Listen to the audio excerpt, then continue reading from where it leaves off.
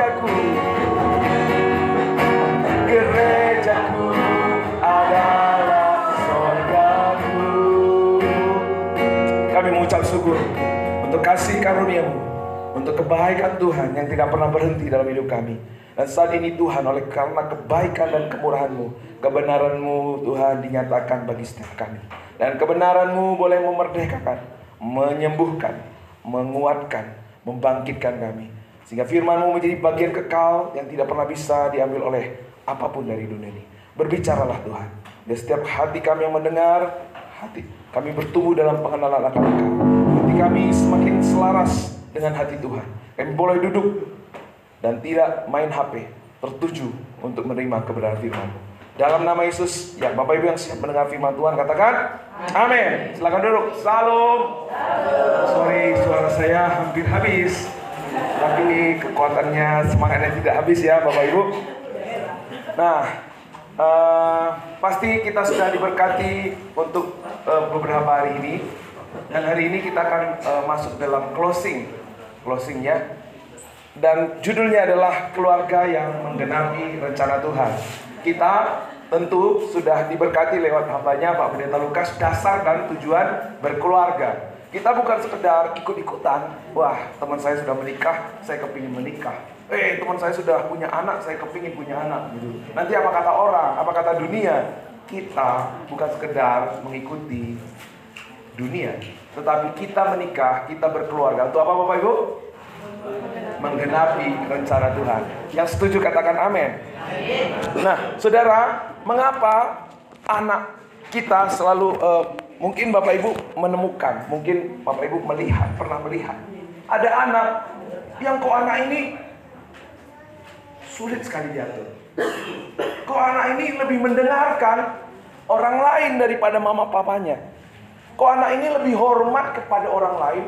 Kalau orang lain ya dihormati, atau mungkin suami kalau istri lain begitu disanjung-sanjung, atau suami istri orang lain begitu disanjung-sanjung. Lihat no, istri si anu no, lihat no, suami si anu. Nah, saudara, kenapa seperti itu?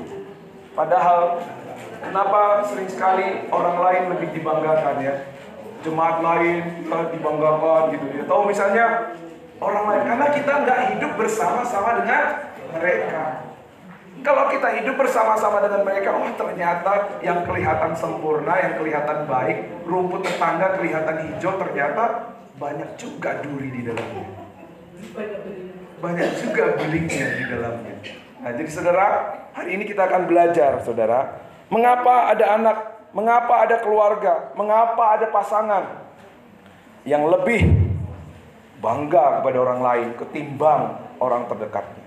Ya, kita melihat, sudahkah kita menjadi keluarga yang menggenapi rencana Tuhan? Kalau kita selalu membanding-bandingkan, mengungkit-ungkit, bagaimana kita bisa menjadi keluarga yang menggenapi rencana Tuhan? Apalagi anak-anak muda sekarang, kalau sering dibanding-bandingkan, iya no, anak tetangga gitu kan, pasti nggak nyaman. Pasti semua kita nggak nyaman. Maka tercipta lagu dibanding-banding. Bu Yuni nanti nyanyi ya Bu. Pas pulang dari sini ya. Ya kemarin Ibu Cis, kok mati ya? Kemarin ibu-ibu semangat ya di dalam main bola ya, Bude. Sampai Bude Yuni itu main bola bukan dengan kaki ya, Bu Risma. Bu Yuni tapi main bola dengan apa? Iya, dengan kata-kata gitu ya. Seru, luar biasa. Terima kasih. Nah, Bapak Ibu Saudaraku yang dikasihi Tuhan, tentu kita rindu keluarga kita menggenapi rencana Tuhan. Beberapa tahun yang lalu ada, kita dengar terjadi di Surabaya, mati sekeluarga, bom bunuh diri. Kenapa itu bisa terjadi? Kenapa rela Kiai Syafi'i itu bilang ini nggak pernah terjadi nih sebelumnya seperti ini. Ini kenapa bisa terjadi?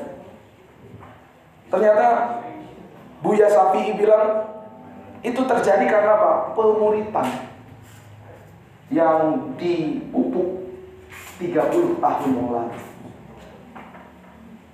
Buahnya sekarang terjadi bom bunuh diri. Bagaimana kita menanamkan nilai-nilai kepada anak-anak kita?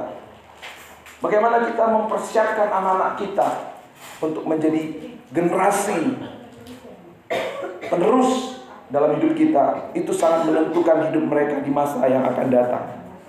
Karena itu saudaraku yang dikasihi Tuhan, iblis itu akan selalu berusaha untuk menyerang yang namanya keluarga. Iblis berusaha menghancurkan keluarga. Kalau keluarga hancur, anak-anak pun akan hancur. Kalau anak-anak hancur, generasinya hancur. Kalau generasinya hancur, gereja pun hancur. Kalau gereja hancur, kota pun hancur, bangsa pun hancur. Itulah yang diidamkan oleh iblis. Itulah yang diharapkan oleh iblis, kehancuran. Dia tidak bisa berbuat apa-apa kalau anak-anak Tuhan hidup dalam rencana Tuhan. Nah, keluarga kita, karena itu saudaraku, keluarga kita adalah misi pertama kita. Sebelum kita melayani orang lain, sebelum kita akan pergi kemana-mana, seperti kami dengan Pak Pendeta Lukas, keluarga itu adalah pelayanan pertama. Waktu saya melayani hebat di luar, tapi kalau anak saya hancur, istri saya nggak bahagia, untuk apa pelayanan? Apa artinya? Maka semua akan jadi hambar. Orang akan bilang, anak bapak aja begitu, keluarga bapak aja begitu, ya. Maka kita nggak bisa menjadi kesaksian. Kita nggak bisa menjadi maksimal dalam kita menggenapi maksud-maksud Tuhan dalam kehidupan kita. Karena itu, bagaimana kita menjadi keluarga yang melayani, menjadi pribadi yang melayani keluarga? Bagaimana kita mempersiapkan keluarga kita untuk menggenapi rencana Tuhan? Kita akan belajar bersama-sama dari Ulangan 6. Ulangan 6, Bapak Ibu bisa buka Ulangan 6 ayat 4 sampai 6 saja. Saya akan baca. Dengarlah hai orang Israel, Tuhan itu Allah kita, Tuhan itu Esa. Kasihilah Tuhan Allahmu dengan segenap hatimu, dan dengan segenap jiwamu, dan dengan segenap kekuatanmu. Lewat ayat ini, ya sampai 6 saya baca sekali. Apa yang kuperintahkan kepadamu pada hari ini, haruslah engkau memperhatikannya. Bagaimana kita mempersiapkan keluarga kita? Ada istilah, lanjut. Terus modeling, moment, dan milestone. Kita diberikan kuasa oleh Tuhan untuk memberi pengaruh kepada keluarga kita. Di dalam firman Tuhan dikatakan, kalau Roh Kudus turun atas kamu, maka kamu akan menerima kuasa sebagai anak-anak Allah, ya. Tapi sebenarnya bukan kalau kita ini udah percaya Yesus, maka bahasanya apa? Kamu sudah menerima kuasa untuk menjadi saksi Tuhan. Kuasa inilah yang akan memampukan kita untuk menjadi teladan, menggunakan setiap momen, menggunakan setiap milestone untuk mempersiapkan keluarga kita menggenapi rencana Tuhan. Yang pertama, saudara, kita menjadi modeling, kita menjadi teladan. Paulus juga mengajar jemaat yang dia layani, termasuk Timotius, ya. Paulus berkata, ikutilah teladanku. Tadi kita dengan anak muda juga belajar bagaimana menjadi pemuda idaman. Pemuda idaman itu yang pertama menjadi teladan, menjadi kesaksian. Kita ini adalah terang dan garam. Tuhan memanggil kita untuk menjadi saksi Kristus. Ya, di dalam Ulangan tadi kita juga baca, dengarlah hai orang Israel, Tuhan itu Allah kita, Tuhan itu Esa, kasihilah Tuhan Allahmu dengan segenap hatimu, dan dengan segenap jiwamu, dan dengan segenap kekuatanmu. Apa yang kuperintahkan kepadamu hari ini haruslah engkau perhatikan. Saudara, kasih dan hati itu nggak bisa dipisahkan ya. Kita kalau mau mengasihi harus dengan hati. Nggak ada kasih yang tidak berasal dari hati. Kalau kita melakukan satu perbuatan baik tanpa kasih, maka perbuatan baik kita itu suatu hari akan menjadi batu sandungan. Kita akan hitung-hitungan. Kita akan mengungkit-ungkit apa yang sudah kita lakukan. Tapi kalau hati kita dipenuhi oleh cinta, maka perbuatan baik kita itu bukan lagi sifatnya selfish. Maka perbuatan kita waktu orang tua, suami mencari nafkah, tidak menggunakan itu untuk kepentingan dirinya sendiri. Waktu istri mengurus rumah tangga, tidak menggunakan apa yang dia lakukan itu untuk diperhitungkan, untuk nanti diungkit-ungkit di kemudian hari. Karena seorang Timothy Keller berkata, selfish itu adalah kanker yang membunuh keluarga. Tanpa kasih, maka apapun yang anak-anak lakukan, apapun yang orang tua lakukan, itu semuanya sifatnya selfish. Saya membesarkan anak saya supaya nanti di masa tua saya dipelihara. Kalau saya nggak punya anak, gimana nanti masa tua saya? Kalau saya nggak menikah nanti apa kata orang? Masa saya jadi perjaka ting-ting gitu kan? Tong-tong ya Bu. Itu semua yang kita lakukan tanpa kasih sifatnya selfish. Suami yang bekerja mencari nafkah tapi untuk dirinya pasti ngungkit-ngungkit. Aku nggak tahu, saya sudah begini, saya sudah begitu, istri juga begitu. Akhirnya saling menuntut, tidak ada damai sejahtera. Selfish itu adalah kanker yang membunuh keluarga. Waktu kita selfish di keluarga, di gereja pun kita akan menjadi orang yang selfish. Kita mengasihi, kita berbuat baik kepada orang lain, kita mau berkorban, kita mau melayani, kita mau berbuat baik.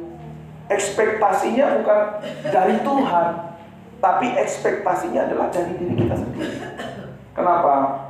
Anak-anak muda mau menikah, Bang Josi sama Bang Wicak yang didoakan untuk dapat jodoh ya. Kenapa mau menikah? Apa gara-gara mama kemarin bilang doakan anakku supaya dapat jodoh? Apa karena itu? Kalau gara-gara orang tua menikah, nanti yang disalahin siapa? Mama sih nyuruh-nyuruh aku kawin. Kan begini jadinya. Dari masalah besar. Nah, waktu kita menikah juga harus didasarkan oleh kasih. Kita tahu kalau Tuhan izinkan kita menikah, itu bukan dari keinginan kita, tapi karena ada Tuhan yang memberikan tuntunan yang jelas. Kita mengerti apa dasar kita berkeluarga, apa tujuan kita berkeluarga.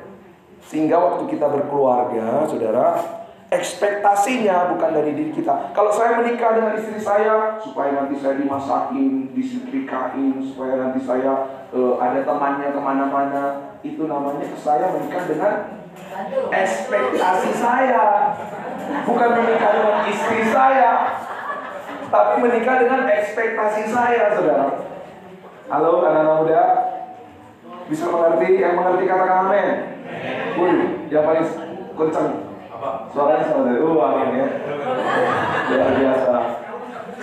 Memang pemudi-pemudi cowok yang seperti ini yang perlu dicari ya, yang mengerti dasar kenapa harus menikah. Maka waktu kita menikah dengan ekspektasi kita menggunakan tuh orang lain untuk kepentingan kita. Makanya keluarga yang seperti ini akan selalu menuntut. Ada suami-suami yang selalu menuntut, berarti menikah selama ini dengan ekspektasinya. Ada istri-istri yang selalu menuntut, papa harus begini, papa harus begini, papa harus begini. Berarti sebenarnya menikah selama ini dengan ekspektasinya dia. Karena waktu kita menikah bukan seperti orang dunia untuk mendapatkan kebahagiaan, saudara. Tapi kita menikah untuk memberi kebahagiaan, berbagi kebahagiaan. Yang mengerti katakan amin. Mantap. Iya, kalau kebenaran firman Tuhan pasti mantap, saudara. Waktu kita menikah dengan unsur, dengan ekspektasi kita, dengan selfish, itu sebenarnya, saudara, kita sedang menggunakan orang lain untuk kepentingan kita. Kita sedang hidup di dalamnya tidak ada unsur Allah.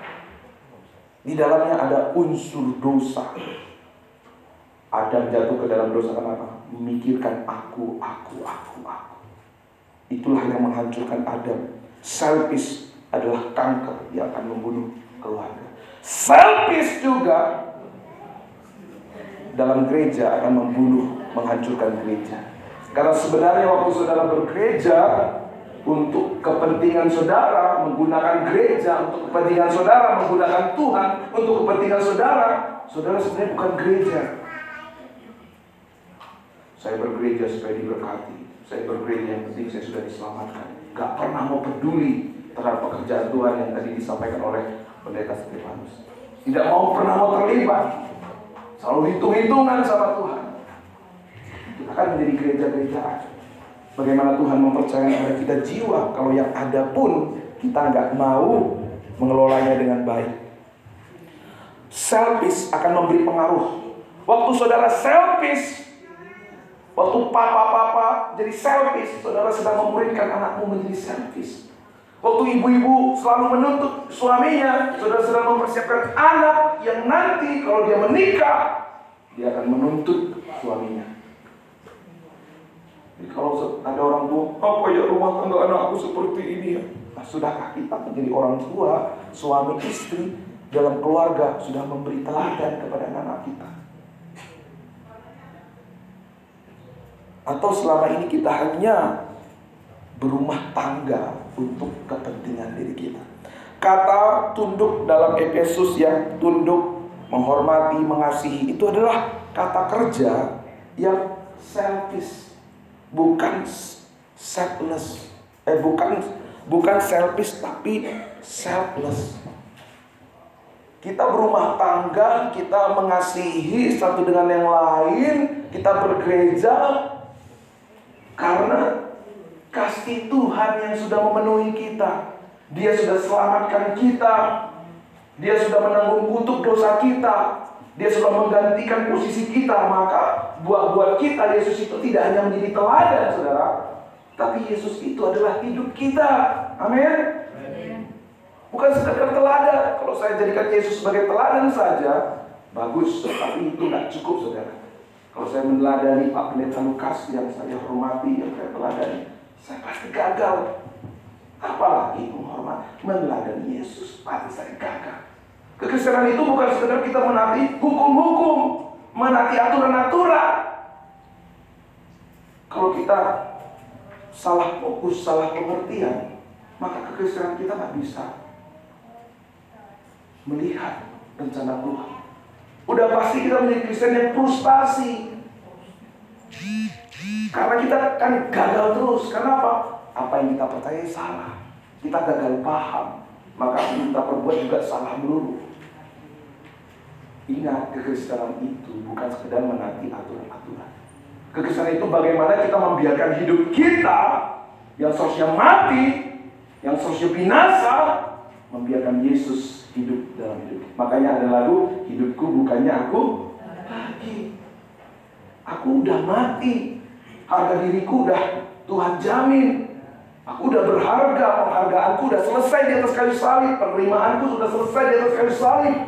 Aku menikah bukan untuk dihargai, bukan untuk dinilai orang lain, tapi aku menikah untuk menggenapi rencana Tuhan. Yang percaya, yang mengerti katakan amin. Selfish, saudara, tunduk, mengasihi. Kalau suami istri menghormati suami, suami mengasihi istri, itu semua kata selfish. Kata selfless, bukan selfish. Waktu kita melakukan dengan selfless, maka waktu itu kasih kita tanpa syarat.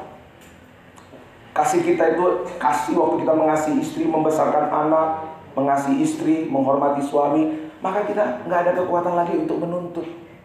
Kenapa? Ya Tuhan, aku sendiri nggak sempurna. Aku sendiri jadi istri, suami nggak sempurna. Aku sendiri jadi anak yang banyak kekurangannya. Jadi orang yang banyak melakukan yang tidak berkenan kepada Tuhan. Tapi Tuhan terima saya. Tapi Tuhan mengasihi saya, mau mati bagi saya. Mulai hari ini Tuhan yang menjadi hidupku. Hidupku bukan aku lagi, biar Tuhan yang hidup dalam diriku. Waktu itu saudara hidup dengan unsur Allah. Ada unsur Allah di dalamnya. Membiarkan Yesus hidup, maka Yesus yang sempurna akan menyempurnakan seluruh hidup saudara. Menyempurnakan keluarga kita, menyempurnakan gereja kita. Dimanapun kita berada, orang lain merasakan ada kuasa Tuhan yang bekerja dalam hidup kita. Orang-orang seperti inilah, keluarga-keluarga seperti inilah yang akan mengubah dunia. Pelayan-pelayan Tuhan yang selfless, suami-suami yang selfless, istri-istri yang selfless, itulah yang akan mengubah dunia. Makanya Paulus, ya, waktu dia melayani dia katakan, ya, aku mau jadi aku orang bukan Yahudi untuk memenangkan mereka supaya percaya, supaya mereka menjadi orang yang mengenal Kristus. Aku yang orang Yahudi, ya, mau menjadi seperti orang Yunani, ya, kata Paulus, ya. Nah saudara, dari mana kita tahu kita ini selama ini selfless atau selfish? Apa yang menjadi prioritas kita? Apa yang menjadi obsesi kita? Apa yang menjadi sumber kepuasan kita? Hal apa yang yang ada di panggung utama hidup kita? Dari situ kita tahu selama ini kita selfish atau selfless. Karena percaya atau nggak percaya, kalau kita menjadikan uang sebagai prioritas dalam hidup kita, maka anak-anak kita akan menirunya, saudara. Kalau bisnis yang menjadi hal yang obsesi terutama di panggung utama dalam hidup kita, anak-anak kita akan meniru. Anak-anak kita itu peniru yang ulung, saudara. Dia juga adalah metal detektor yang handal. Tahu kapan orang tuanya gak jujur, tahu kapan orang tuanya sedang berbelan-belit.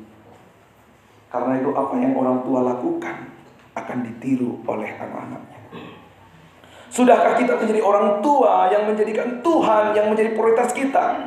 Sudahkah kita menjadikan Tuhan yang menjadi di panggung utama dalam hidup kita? Sudahkah Tuhan itu menjadi hal yang menjadi kepuasan terutama dalam hidup kita? Atau selama ini pelayanan atau perbuatan baik, pujian manusia yang menjadi kepuasan kita? Kalau itu yang menjadi kepuasan kita, kita selfless. Waktu kita diakui, wah, rasanya kayak di surga gitu ya. Padahal pengakuan manusia itu berubah-ubah. Hari ini karena ada maunya dengan Pak Berni, wah, dia sanjung-sanjung Pak Berni, kayak di awang-awang gitu ya. Tapi waktu gak ada maunya, dijatuhin. Tapi waktu kepuasan kita itu adalah hanya di dalam Kristus, penerimaan Kristus, kita sudah selesai di sana. Kita akan menjadi orang-orang yang mau diakui kayak mau gak diakui kayak, aku lakukan ini semua untuk Tuhan. Nah, di dalam Yohanes 13 ayat 33, kita baca sama-sama Bapak Ibu. 1, 2, 3 ya. Aku memberikan perintah baru kepada kamu, yaitu supaya kamu saling mengasihi, sama seperti aku saling mengasihi. Demikian pula kamu harus saling mengasihi. Dengan demikian semua orang tahu bahwa kamu adalah murid-muridku, yaitu jika kamu. Dalam hal apa kita harus menjadi teladan? Dalam hal kita saling mengasihi. Waktu ada orang tua, mama papanya saling mengasihi, tahu mereka lagi gak baik kan, tapi ketika papanya bilang, ma, saya salah ma, saya mau belajar lebih baik, maafin aku ya. Anak-anak kita melihat, dia melihat bagaimana mama papanya menyelesaikan konflik dalam keluarganya, sehingga dia juga akan meniru hal yang sama. Tapi saya pernah juga ya konflik dengan istri saya. Yang mendamaikan kami siapa? Ya pernah juga Joy lah ya. Tapi yang sering sekali nggak apa? Kita nggak mau omongan gitu. Datang tamu baru ngomong.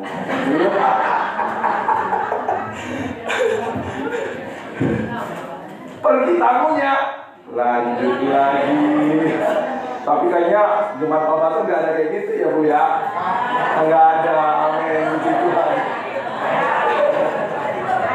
Oh iya, jangan bilang pendeta itu sempurna ya pendeta. Ya, justru dalam hal menyelesaikan konflik kita pun harus menjadi teladan. Bagaimana menyelesaikan masalah, bukan lari dari masalah. Karena waktu lari dari masalah yang satu akan ketemu dengan masalah yang lain. Nggak selesai-selesai, akhirnya menumpuk-numpuk. Beban di sini, beban di sini. Satu titik meledak. Itu pekerjaan iblis. Selesaikan masalah. Kita nggak ada yang sempurna. Itu yang namanya keteladanan yang otentik, nggak menutup-nutupin. Nggak ada dalam kepalsuan. Apa adanya, happy ya happy. Ekspresikan happy-mu, apapun kata orang, masa bodoh. Yang penting saya happy dan nggak melukai orang lain. Waktu sedih, tunjukkan kita sedih. Nggak harus tutup-tutupin, oh saya ini orang hebat, saya ini orang tua hebat, saya nggak pernah sakit hati, saya nggak pernah kesel. Palsu, saudara. Akhirnya anak-anak akan melihat, orang tuaku sempurna. Waktu dia masuk jadi orang tua, jadi keluarga, ternyata berantem. Gak pernah tahu caranya menyelesaikan konflik, frustasi. Jadilah keteladanan yang otentik. Coba bilang otentik. Mulutnya gini, otentik. 1 Korintus 9 ayat 19-22 kita baca sama-sama. 1, 2, 3 ya. Demikianlah bagi orang Yahudi, aku menjadi seperti orang Yahudi, supaya aku memenangkan banyak orang Yahudi, supaya aku dapat memenangkan mereka yang hidup di bawah hukum Taurat, supaya aku dapat memenangkan mereka yang tidak hidup di bawah hukum Taurat. Bagi semua orang, aku telah menjadi segala-galanya, supaya aku sedapat mungkin memenangkan beberapa orang dari antara orang lain. Fokusnya bukan diri kita, tapi orang lain. Membiarkan Tuhan hidup di dalam diri kita. Saudara tahu nggak, Romawi, Yunani yang begitu hebat pada zamannya dimenangkan dengan apa, saudara? Runtuh dengan apa? Saya tahu ya, tadi saya sampaikan, bukan dengan armada perang yang hebat, saudara, tetapi dengan apa? Kalian dengan kasih. Saudara mau memenangkan hati suamimu, ibu-ibu, bapak-bapak mau memenangkan hati istrinya, anak-anak mau memenangkan hati orang tuanya, orang tua mau memenangkan hati anak-anaknya. Nyatakanlah kasih. Amin. Romawi yang begitu hebat, Yunani yang begitu hebat, runtuh gara-gara kasih, saudara. Kita bukan, makanya dengan sharing dengan Pak Pendeta kita itu di Markus itu bilang kerajaan yang sungsang, kerajaan yang terbalik, beda dengan kerajaan dunia ini. Kita akan menjadi orang yang menginspirasi, menjadi orang tua yang menjadi inspirasi, anak-anak yang akan menjadi inspirasi, karena kita menjadi pribadi yang selfless, selalu mau diajar firman Tuhan, komitmen mengasihi, bukan hanya lewat kata-kata, bukan hanya lewat doa, tetapi lewat perbuatan. Selalu berjuang untuk menjadi kesaksian, menjadi teladan di dalam ibadah, ya. Karena apa, saudara? Teladan itu menunjukkan keaslian, bukan kesempurnaan. Ayat yang ke-7 kita baca sama-sama. Ulangan 6 ayat yang ke-7. 1, 2, 3. Ya, haruslah engkau mengajarkannya berulang-ulang kepada anak-anakmu dan membicarakannya apabila engkau duduk di rumahmu, apabila engkau sedang dalam perjalanan, apabila engkau berbaring, dan apabila engkau bangun. Apa artinya, saudara? Dari ayat ini kita menjadi orang yang menggunakan momen-momen dalam hidup kita. Waktu engkau sedang apa, saudara? Sedang duduk di rumahmu, engkau sedang dalam perjalanan, engkau sedang berbaring, engkau sedang bangun. Gunakan momen-momen ini untuk kita memuridkan anak-anak kita. Waktu dia lagi ulang tahun, ya, momen ulang tahun, saudara, gunakan itu. Ini kebiasaan yang kita harus bangun. Kebiasaan yang harus kita pelihara. Karena apa? Kalau kita nggak membiasakan yang benar, yang baik, kita akan jatuh dalam pergaulan yang buruk. Saya mau tanya, saudara, Bapak Ibu di rumah itu tinggal bersama-sama atau hidup bersama-sama? Tapi kalau satunya di sana main HP, di sini satunya main HP, asik dengan dunia sendiri, itu namanya tinggal bersama-sama atau hidup bersama-sama? Tinggal bersama-sama. Nah, kalau kita asik dengan dunianya sendiri, meskipun kita satu rumah, maka rumah itu bukan dalam home, bukan home tapi house. Hanya tempat tinggal, bukan rumah untuk. Makanya kita kalau di gereja itu, selamat datang di Gereja Baptis Pebaton, rumah kita. Rumah untuk kita saling berbagi, saling memperhatikan, hidup bersama-sama, bertumbuh bersama-sama. Waktu pulang sekolah, ya saya sering sama Joyla itu kalau pulang sekolah, bagaimana Kak tadi sekolah? Dengan temannya, dengan pelajarannya, ya dia asik cerita ya. Ya, ajak. Setiap kebersamaan itu ajak untuk ngobrol, sharing. Kamu tadi sekolah minggu dapat apa? Kamu tadi dengan temanmu bagaimana? Jadikan teman. Jangan waktu dia terus, Pak, tadi aku berantem sama temanku. Jangan bilang, kamu kok ngacem anak, kamu kan anak pendeta, kok boleh. Jangan kayak gitu.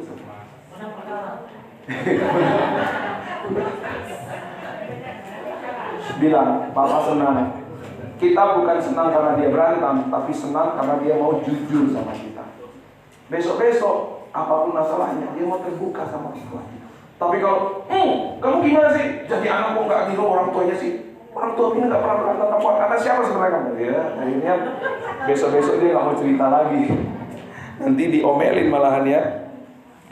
Kalau dia punya kelinci, tanya, kelincimu gimana? Udah kasih makan belum? Waktu kelincinya mati, apa perasaanmu? Hal-hal sederhana, saudara, siapapun bisa melakukannya. Kita bisa praktekkan dimanapun. Gunakan momen-momen itu. Waktu dia menghadapi masalah, kamu setelah dia melewati masalah, kamu belajar apa dari masalah ini? Tuhan taruh apa dalam hatimu ketika kamu melihat orang yang lagi berantem? Saya ajak ngobrol, dengerin pendapatnya. Yang terakhir, saudara, gunakan milestone, musim hidup. Semua kita punya musim hidup. Waktu anak kita nilainya bagus, atau dia gagal, waktu suami gagal di luar dalam pekerjaannya, bagaimana kita menggunakan momen itu? Waktu dia dapat nilai bagus, waktu suami pekerjaannya bagus, waktu istri menyelesaikan semua pekerjaan rumah tangga dengan rapi bersih, itu namanya momen milestone yang kita harus gunakan, saudara. Waktu ada lagi sedih, lagi sakit hati, saudara, itu musim hidupnya. Semua pasti punya pengalaman waktu sakit hati. Apakah kita cuek? Waktu anak kita berhasil selesai kuliah, ya kemarin Mas Ito kuliah ya, selesai kuliah sama Mas Faka, itu namanya musim hidup. Bagaimana kita merayakan? Kalau dia berhasil itu rayakan. Kalau dia lagi sedih, lagi gagal, kita berempati, kita bersama-sama dengan dia. Jangan cuek, saudara. Dan juga waktu dalam gereja kita ada yang gagal taat, jangan diintimidasi, jangan dipojokkan, jangan dicuekin. Kita perlu jadi sahabat, jadi saudara. Kita perlu jadi memberikan pembapaan kepada mereka. Kalau ada yang berbuat dosa, kita dekatin dia, bukan berarti kita setuju dengan dia. Kita melakukan pembapaan. Kita nggak setuju dengan apa yang dia lakukan, tetapi kita menantikan dia untuk bangkit. Amin. Ini kalau misalnya datang pembunuh ke gereja kita, pencuri ya, atau pemerkosa ke gereja kita, bagaimana sikap kita? deketin, jangan deketin ya. Awas pembunuh ini. Karena Tuhan Yesus pun menyambut mereka, saudara. Kita pun sebenarnya sama bejatnya dengan mereka, saudara. Hanya kita menurunkan standar hukum Taurat. Kalau mereka membunuh fisik, tapi Alkitab bilang apa? Waktu kamu benci saudara, kamu sudah membunuh. Waktu kamu mengingini orang lain, perempuan lain, kamu sudah berzina. Kita sebenarnya sama, saudara. Kita nggak ada hak untuk menjauhi mereka. Kita nggak ada hak untuk menghakimi mereka. Kalau kita tahu kebenaran ini, aku juga sama seperti kamu. Yuk bangkit, yuk sama-sama belajar yuk sama. Amin. Wah, sedikit banget amin ya Pak. Puji Tuhan. Kita diberikan Tuhan kuasa. Kuasa itu bukan kuasa spektakuler apa, tapi kuasa untuk kita memuridkan. Kuasa untuk kita mengasihi. Kasus bom Surabaya, akhirnya orang tua itu bisa mengampuni, saudara. Kenapa, saudara? Karena mereka menerima kuasa dari Tuhan. Kita bisa berbeda dari dunia ketika kita menerima kasih, menerima kuasa dari Tuhan untuk mengasihi. Itulah yang akan membuat kita berbeda dalam setiap musim hidup kita, dalam setiap momen-momen. Bagaimana kita memberikan teladan kepada orang lain. Sehingga apa? Waktu iman itu benar-benar kita hidupi, maka iman itu akan hidup dalam hidup anak-anak kita. Kenapa Louis Unique akhirnya mewarisi imannya kepada anaknya siapa namanya? Timotius. Kenapa? Ada iman yang hidup. Bukan hanya pengetahuan akan Alkitab, bukan hanya orang Kristen menjadi the teachers of law, yang mengajar hukum-hukum, yang hanya bisa ngomong. Kalau nasihat ini tuh luar biasa, berjam-jam, tapi nggak menghidupinya. Ini adalah iman yang mati. Kenapa Yesus, pengajaran Yesus itu membuat orang takjub, saudara? Karena dia bukan the teachers of law, tapi dia adalah the teachers of life. Amin. Dia menghidupi pengajarannya.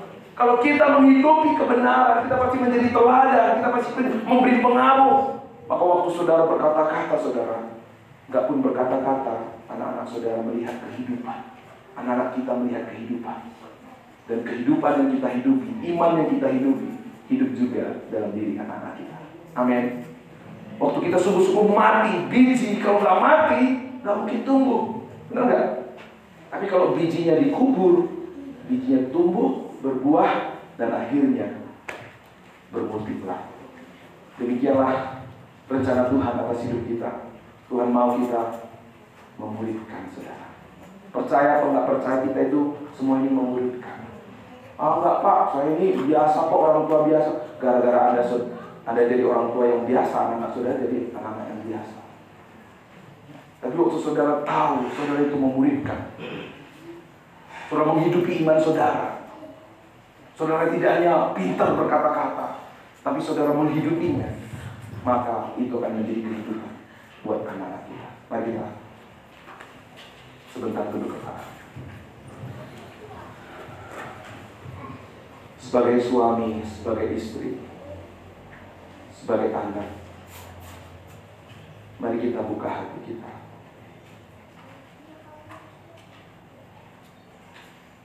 Biarkan firman-Nya mengoreksi hati kita. Kalau saudara merasa tertegur, berarti Roh Kudus bekerja atas saudara. Berarti Tuhan memperhatikan keluarga saudara. Berarti Tuhan sedang mempersiapkan saudara untuk menjadi keluarga yang menggenapi rencananya.